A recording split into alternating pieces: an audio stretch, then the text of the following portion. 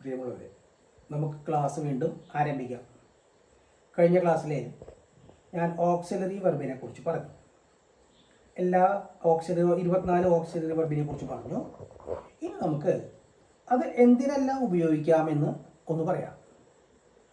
പ്രധാനമായിട്ട് നമ്മൾ ഈ സഹായക്രിയകൾ ഉപയോഗിക്കുന്നത് വാചകത്തിനെ നെഗറ്റീവ് ആക്കാനാണ്. For example, I go to temple. ഈ ഗോ എന്നുള്ളതാണ് ഇതിൻ്റെ വെർബ്. ചുരുക്കി പറഞ്ഞാൽ ഐ എന്നുള്ള സബ്ജക്റ്റ് പാർട്ടും ഗോ ടു ടെമ്പിൾ എന്നുള്ളത് പ്രെഡിക്കേറ്റ് പാർട്ടും. ഈ പ്രെഡിക്കേറ്റ് എന്ന് പറഞ്ഞത് ഞാൻ പറഞ്ഞു ഗോ ടു ടെമ്പിൾ എന്നുള്ളതാണ് ഈ വാചകത്തിലെ പ്രെഡിക്കേറ്റ്. പലർക്കും തെറ്റിദ്ധാരണയുണ്ട് പ്രെഡിക്കേറ്റ് എന്താണ്, വെർബ് എന്താണെന്നുള്ളത്. ഈ പ്രെഡിക്കേറ്റിലെ പ്രധാന വാക്കാണ് വെർബ്. അതായത് ഗോ എന്നുള്ളതാണ് പ്രെഡിക്കേറ്റ് പാർട്ടിലെ പ്രധാന വെർബ്. അപ്പോൾ ഒരു പ്രെഡിക്കേറ്റിൽ മിനിമം ഒരു ക്രിയാരൂപം ഉണ്ടാവണം, ക്രിയാരൂപം ഉണ്ടാവണം. അപ്പം ഇതിലെ വെർബ്, ഈ പ്രെഡിക്കേറ്റിലെ വെർബ് ഗോ എന്നാണ്. ഗോ എന്നുള്ളത് ഒരു സിമ്പിൾ പ്രസന്റ് ടെൻസ് ആണ്. സിമ്പിൾ പ്രസന്റ് ടെൻസിനെ ഗോ എന്നുള്ളത് നമുക്ക് രണ്ടാക്കി പൊളിക്കാം. അതിൽ നിന്ന് നമ്മൾ സഹായക്രിയ കണ്ടെത്തണം. ഗോ എന്ന് പറഞ്ഞാൽ ശരിക്കും പറഞ്ഞാൽ ഡു പ്ലസ് ഗോ ആണ് ഗോ. അപ്പോൾ ഗോ എന്നുള്ളതിന്റെ സഹായക്രിയ ഡു ആണ്. അതിന്റെ നെഗറ്റീവ് ആക്കുമ്പോൾ നമ്മൾ നോക്കൂ, do not go to temple. I do not go to temple. അടുത്ത ചോദ്യം നോക്കൂ, he goes to temple. He does not go to temple. എങ്ങനെയാണ് ഡസ് എന്ന് വന്നത്? ഗോസ് എന്നുള്ള വെർബിനെ രണ്ടാക്കി പൊളിക്കുന്നു നമ്മൾ. ഡസ് പ്ലസ് ഗോ ആണ് ഗോസ്. അപ്പൊ 1 + 1 = 2. 2 എന്ന് എഴുതി വെക്കാം. 1 + 1 എന്ന് പറഞ്ഞാൽ അങ്ങനെ എഴുതാം. അതുപോലെ ഗോസ് എന്ന് പറയുമ്പോൾ അതിന് നമുക്ക് ഡസ് പ്ലസ് ഗോ എന്ന് നെഗറ്റീവ് ആക്കുമ്പോൾ ഉപയോഗിക്കേണ്ടി വരും. അപ്പൊ ഈ does not go to temple. ഇനി പാസ്റ്റ് ടെൻസിലേക്ക് കിടക്കോ, they went to temple. Went എന്നുള്ളതിനെ രണ്ടാക്കി പൊളിക്കുമ്പോൾ എങ്ങനെയാ വരിക? Did plus go. എന്തിനാണ് നമ്മൾ രണ്ടാക്കി പൊളിക്കുന്നത്? സഹായക്രിയ ഉണ്ടെങ്കിൽ മാത്രമേ എന്ത് ചെയ്യാൻ പറ്റുള്ളൂ, വാചകത്തിനെ നെഗറ്റീവ് ആക്കാൻ സാധിക്കുകയുള്ളൂ. പിടികിട്ടിയില്ലേ? അപ്പൊ വാചകത്തിനെ നെഗറ്റീവ് ആക്കുന്നതിന് നമ്മൾ സഹായക്രിയ ഉപയോഗിക്കുന്നു. ഇനി രണ്ടാമത്തെ, ടു മേക്ക് ക്വസ്റ്റ്യൻസ്. രണ്ടാമത്തെ പ്രയോഗം ചോദ്യങ്ങൾ ഉണ്ടാക്കാനാണ്. ചോദ്യങ്ങൾ ഉണ്ടാക്കുക എന്ന് പറഞ്ഞാൽ എപ്പോഴും ചോദ്യങ്ങൾ 2 തരമാണ്. ഒന്ന് വേവേഡ് ക്വസ്റ്റ്യനും, 2 യെസ് ഓർ നോ ക്വസ്റ്റ്യനും. എങ്ങനെയാണ് നിങ്ങൾക്ക് വേവേഡ് ക്വസ്റ്റ്യൻ തിരിച്ചറിയുക? വേവേഡ് എന്ന് പറഞ്ഞാൽ വേറെ, when, which, what, ഹൂവ്, whose, ഹുമ്മ്, how. അപ്പൊ ഈ ഹൗ ഒഴിച്ച് ബാക്കിയെല്ലാം W വെച്ച് തുടങ്ങുന്ന ചോദ്യങ്ങളായതുകൊണ്ട് ഇതിനെ വേവേഡ് ക്വസ്റ്റ്യൻസ് എന്നാണ് പറയുക. ഹൗവിനെ കൂടി നമ്മൾ വേവേഡിൽ കൂട്ടിയിട്ട് വേവേഡ് ക്വസ്റ്റ്യൻസ് എന്ന് പറയും. പിന്നെയുള്ള question yes or no question ആണ്. യെസ് ഓർ നോ ക്വസ്റ്റ്യൻ എന്ന് പറഞ്ഞാൽ എപ്പോഴും സഹായക്രിയകൾ വെച്ച് തുടങ്ങുന്ന ചോദ്യങ്ങളെയാണ് യെസ് ഓർ നോ ക്വസ്റ്റ്യൻ എന്ന് പറയും. അപ്പൊ ചോദ്യങ്ങൾ 2 തരം കാണാം, വേവേഡ് ക്വസ്റ്റ്യനും യെസ് ഓർ നോ ക്വസ്റ്റ്യനും. എന്താ വേവേഡ് ക്വസ്റ്റ്യൻ എന്ന് പറഞ്ഞാൽ വേറെ, വെന്നെ, വിച്ച്, വാട്ട്, ഹൂവ്, ഹൂസ്, ഹുമ്മ്, ഹൗവ്. ഇത്തരം ചോദ്യവാക്കുകൾ ക്വസ്റ്റ്യൻ വേർഡ്സ് വെച്ച് തുടങ്ങുന്ന ചോദ്യങ്ങളെ വേവേഡ് ക്വസ്റ്റ്യൻ എന്നും, ഈ 24 സഹായക്രിയകൾ ഏതെങ്കിലും ഒന്ന് വെച്ച് തുടങ്ങുന്ന ചോദ്യങ്ങളെ യെസ് ഓർ നോ ക്വസ്റ്റ്യൻ എന്നും പറയും. വേവേഡ് ക്വസ്റ്റ്യനെ വിശദീകരിച്ച അർത്ഥം ഉണ്ടായിരിക്കും, ഉത്തരം ഉണ്ടായിരിക്കും. എന്നാൽ യെസ് ഓർ നോ ക്വസ്റ്റ്യൻ എന്താ പ്രത്യേകത? യെസ് ഓർ നോ എന്നായിരിക്കും അതിൻ്റെ ഉത്തരം. ഇനി നമുക്ക് ഉദാഹരണത്തിലേക്ക് കിടക്കാം. To make questions, I write a novel. എന്നുള്ളതിന്റെ വെർബ് റൈറ്റ് എന്നാണ്. പ്രെഡിക്കേറ്റ് ഏതാ വരിക? റൈറ്റ് എ നോവൽ എന്നുള്ള പൂർണ്ണമായി പ്രെഡിക്കേറ്റ്. ആ പ്രെഡിക്കേറ്റിലെ പ്രധാന വാക്ക് റൈറ്റ്. അപ്പോൾ ഒരു പ്രെഡിക്കേറ്റിലെ പ്രധാന വാക്ക് ആരാണ് പറഞ്ഞത്? റൈറ്റ് ആയിരിക്കണം, ഒരു വെർബ് ആയിരിക്കണം എന്ന് ഞാൻ പറഞ്ഞു. അപ്പൊ സബ്ജക്റ്റ് പാർട്ടാ പ്രെഡിക്കേറ്റ് പാർട്ടാ വലുതായി വരുന്നത്? പ്രെഡിക്കേറ്റ് പാർട്ടാണ് നമുക്ക് ഈ കാണുന്നത്. പക്ഷെ അങ്ങനെയൊന്നും അല്ല. സബ്ജക്റ്റ് പാർട്ടും പ്രെഡിക്കേറ്റിനേക്കാൾ വലുതാക്കി എഴുതാനൊക്കെ നമുക്ക് പറ്റും. എക്സാമ്പിളുകൾ നമുക്ക് സാവകാശം പഠിക്കാം. I write a novel. വേവേഡ് ക്വസ്റ്റ്യൻ ആയിട്ട് എങ്ങനെയാ ചോദിക്കുക? നോവൽ എന്ന് പറയുമ്പോൾ ഉത്തരം വരണമെങ്കിൽ വാട്ട് ഡു യു റൈറ്റ്. അപ്പൊ എന്ത് വന്നു? സഹായക്രിയ വേണ്ടി വന്നു. എവിടെ സഹായക്രിയ വന്നത്? യുവിന് മുമ്പ്. അതായത് സബ്ജക്റ്റിന് മുമ്പ് സഹായക്രിയ വന്നാലേ ചോദ്യമാവുകയുള്ളൂ. സബ്ജക്റ്റിന് മുമ്പ് സഹായക്രിയ വന്നാലേ ചോദ്യമാവുകയുള്ളൂ. What do you write. കേട്ടോ, ഡു എന്നുള്ളത് റൈറ്റും ഡൂവും കൂടി എങ്ങനെ നോക്കുമോ? അതിന് ഇടയ്ക്ക് സബ്ജക്റ്റ് വന്നു. What do you write. What you do write അല്ല. അല്ലെങ്കിൽ വാട്ട് യു റൈറ്റ് എന്ന് പറഞ്ഞാൽ സംസാരത്തിലൊക്കെ നടക്കും. എന്നാൽ നിയമപ്രകാരം ചോദ്യമാവണമെങ്കിൽ സബ്ജക്റ്റിനെ സഹായക്രിയ പ്രൊസീഡ് ചെയ്യണം. പ്രൊസീഡ് എന്ന് പറഞ്ഞാൽ മുൻകൂട്ടി വരണം. അപ്പൊ ചോദ്യവാക്ക് മാത്രം പോരാ, സബ്ജക്റ്റിന് മുമ്പ് സഹായക്രിയ വന്നാലേ ചോദ്യമാവുകയുള്ളൂ. ചോദ്യാടയാളം ഇട്ടത് കൊണ്ടൊന്നും ചോദ്യമാവില്ല. അപ്പൊ ഒരു ചോദ്യം ഉണ്ടാവണമെങ്കിൽ എന്ത് വേണം?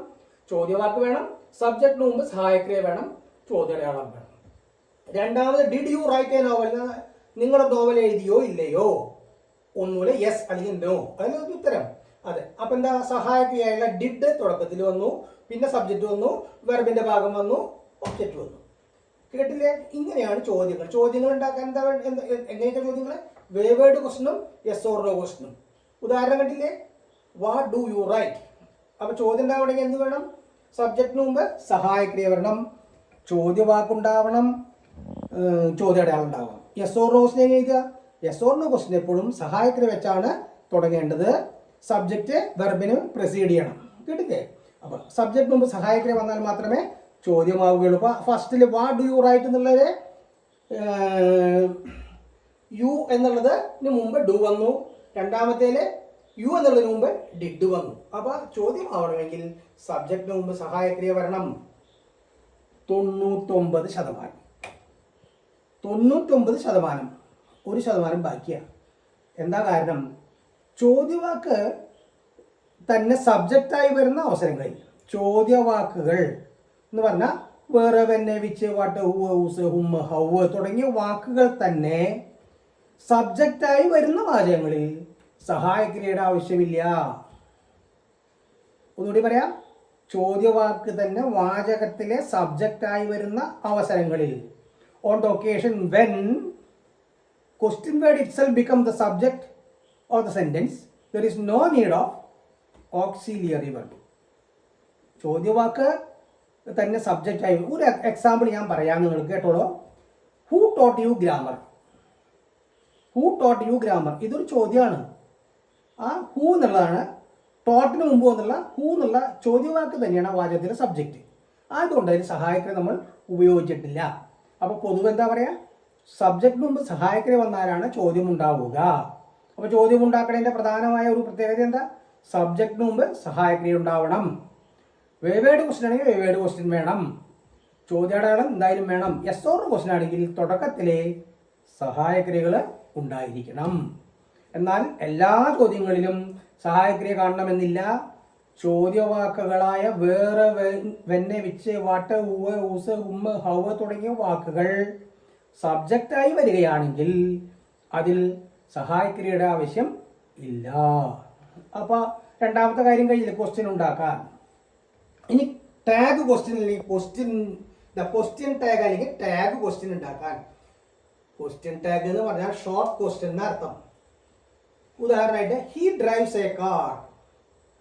ആ ഡ്രൈവ്സ് എന്ന് കണ്ടപ്പോൾ നമുക്ക് എന്ത് മനസ്സിലാവും? ആ വാചകത്തിലെ സഹായക്രിയ ഡസ് ആണെന്ന് മനസ്സിലായി. ആ വാചകം പോസിറ്റീവ് ആണെന്നും മനസ്സിലായി. പോസിറ്റീവ് എന്ന് പറഞ്ഞ വശം ഓടിക്കുന്നു, ഓടിക്കുന്നില്ല എന്ന് പറയുമ്പോഴാണ് നെഗറ്റീവ് ആവുക. അപ്പൊ ക്വസ്റ്റ്യൻ ടാഗിന്റെ പ്രത്യേകത എന്താ വെച്ചാൽ പോസിറ്റീവ് വാചകത്തിന് നെഗറ്റീവ് ടാഗും നെഗറ്റീവ് വാചകത്തിന് പോസിറ്റീവ് ടാഗും എന്നാണ് പൊതുവെ പറയുന്നത്.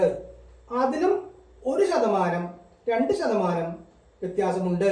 അവിടേക്കെല്ലാം അതിന് മുമ്പായിട്ട് ഇത് കേൾക്കുക. പൊതുവെ എങ്ങനെയാണ്? പൊതുവെ സബ്ജക്ട് ശ്രദ്ധിക്കണം. പൊതുവെ പോസിറ്റീവ് വാചകത്തിന് നെഗറ്റീവ് ടാഗും നെഗറ്റീവ് സെന്റൻസിന് പോസിറ്റീവ് ടാഗ്. എങ്ങനെയാണ് ടാഗ് ഉണ്ടാക്കുക? സഹായക്രിയ എടുക്കുക, അതിനോടുകൂടി സബ്ജക്റ്റ് ചേർക്കുക, ചോദ്യാടയാളം ഇടുക. ക്വസ്റ്റ്യൻ ടാഗ് ഉണ്ടാക്കുക. വാചകം മുഴുവൻ എഴുതി കഴിഞ്ഞ് കോമയിട്ട് സഹായക്രിയ എടുക്കുക. പോസിറ്റീവ് വാചകത്തിനാണെങ്കിൽ നെഗറ്റീവ് ടാഗ്, നെഗറ്റീവ് വാചകത്തിനാണെങ്കിൽ പോസിറ്റീവ് ടാഗ്. ഈ ഡസൻറ്റ് ഹി, അവനൊരു കാർ ഓടിക്കുന്നുവോ? ഉണ്ടോ? അതാണ് ചോദ്യം. ഉണ്ടോ ഇല്ലയോ? ഇതാണ് ടാഗ് ക്വസ്റ്റ്യൻ എന്ന് പറയുന്നത്. അപ്പൊ ക്വസ്റ്റ്യൻ ടാഗ് ഉണ്ടാക്കാൻ സഹായക്രിയയുടെ ആവശ്യമുണ്ട്. ക്വസ്റ്റ്യൻ ടാഗ് എന്താണ്? അതിലത്തെ സഹായക്രിയ സബ്ജക്റ്റിനെ തിരിച്ചിടുക. കേട്ടില്ലേ? ഹി ഡസ് അല്ല ഡസൻറ്റ് ഹി അല്ലെങ്കിൽ ഡസ് ഹി, ഇങ്ങനെയാണ് വരിക. അപ്പൊ he does not drive a car എന്നാണെങ്കിൽ ഡസ് ഹി എന്നാണ് വരിക. അപ്പൊ സഹായക്രിയ എന്തിനാണ് ഉപയോഗിക്കുന്നത്? ക്വസ്റ്റ്യൻ ടാഗ് അല്ലെങ്കിൽ ടാഗ് ക്വസ്റ്റ്യൻ ഉണ്ടാക്കാൻ. അപ്പൊ 3 ഉപയോഗങ്ങളായി. ഇനി 4ാമത്തെ ഉപയോഗം ടു avoid repetition.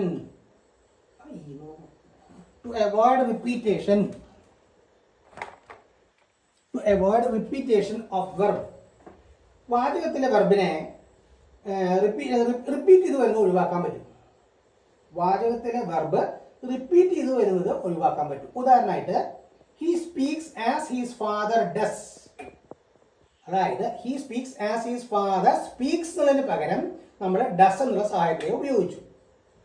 അതുപോലെ he spoke as his father did എന്ന് പറഞ്ഞ അർത്ഥം he spoke as his father spoke എന്ന് തന്നെ വരുന്നതിന് പകരം, ആവർത്തിച്ച് വരുന്നതിന് പകരം നമ്മൾ പാസ്റ്റ് ടെൻസിലുള്ള സഹായക്രിയ ഡിഡ് ഉപയോഗിച്ചു. അപ്പൊ നാലാമത് എന്തിനാ ഉപയോഗിക്കുക? ഒരേ വെർബ് ഒരു വാചകത്തിൽ 2 പ്രാവശ്യം വരുമ്പോൾ ആവർത്തിക്കുന്നതിന് പകരം ആ ടെൻസിലുള്ള സഹായക്രിയ ഉപയോഗിച്ചാൽ മതി. അപ്പൊ 4 തരത്തിലുള്ള ഉപയോഗങ്ങളായി. 5ാമത്തെ ഉപയോഗം വാചകത്തിന് എംഫസൈസ് കൊടുക്കാൻ അല്ലെങ്കിൽ സ്ട്രെസ് കൊടുക്കാൻ, ഊന്നൽ കൊടുക്കാൻ. I did punish him. ഞാൻ അവനെ ശിക്ഷിക്കുക തന്നെ ചെയ്തു. ഈ ഡിഡും പനിഷും കൂടി കൂട്ടിയ പനിഷ്ഡ് എന്നായി. നിങ്ങൾക്ക് എല്ലാവർക്കും അറിയാം, നമ്മൾ പൊളിച്ച് ചെയ്തിരിക്കുന്നത്. അപ്പോൾ ഐ പനിഷ്ഡ് ഹിം എന്ന് പറഞ്ഞാൽ ഞാൻ അവനെ ശിക്ഷിച്ചു, ശരിയല്ലേ? പക്ഷേ ഐ ഡിഡ് പനിഷ് ഹിം എന്ന് പറഞ്ഞ അർത്ഥം ഞാൻ അവനെ ശിക്ഷിക്കുക തന്നെ ചെയ്തു. ഐ ഡിഡ് പനിഷ് ഹിം എന്ന് പറഞ്ഞാൽ ഞാൻ അവനെ ശിക്ഷിക്കുക തന്നെ ചെയ്തു. അടുത്തത് he does break the glass. അവൻ ഗ്ലാസ് പൊട്ടിക്കുക തന്നെ ചെയ്യുന്നു. അവൻ ഗ്ലാസ് പൊട്ടിക്കുക തന്നെ ചെയ്യുന്നു. He does break the glass. അവൻ ഗ്ലാസ് പൊട്ടിക്കുക, അവൻ തന്നെയാണ് ഗ്ലാസ് പൊട്ടിക്കുന്നത്. കേട്ടില്ലേ? അപ്പൊ അതിന് ഊന്നലായി.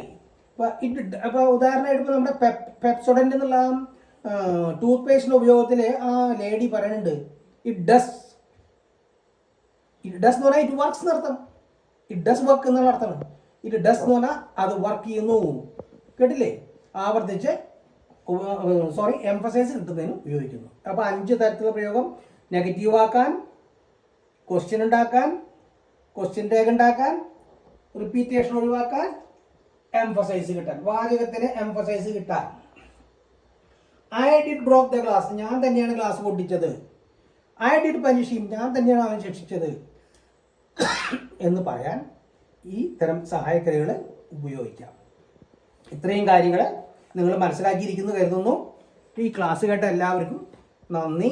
നിങ്ങളെല്ലാവരും ഷെയർ ചെയ്യണം, സബ്സ്ക്രൈബ് ചെയ്യണം, വേണ്ട പോലെ വായിച്ച് പഠിച്ച് നല്ല കുട്ടികളാവാൻ ശ്രമിക്കുക. Thank you.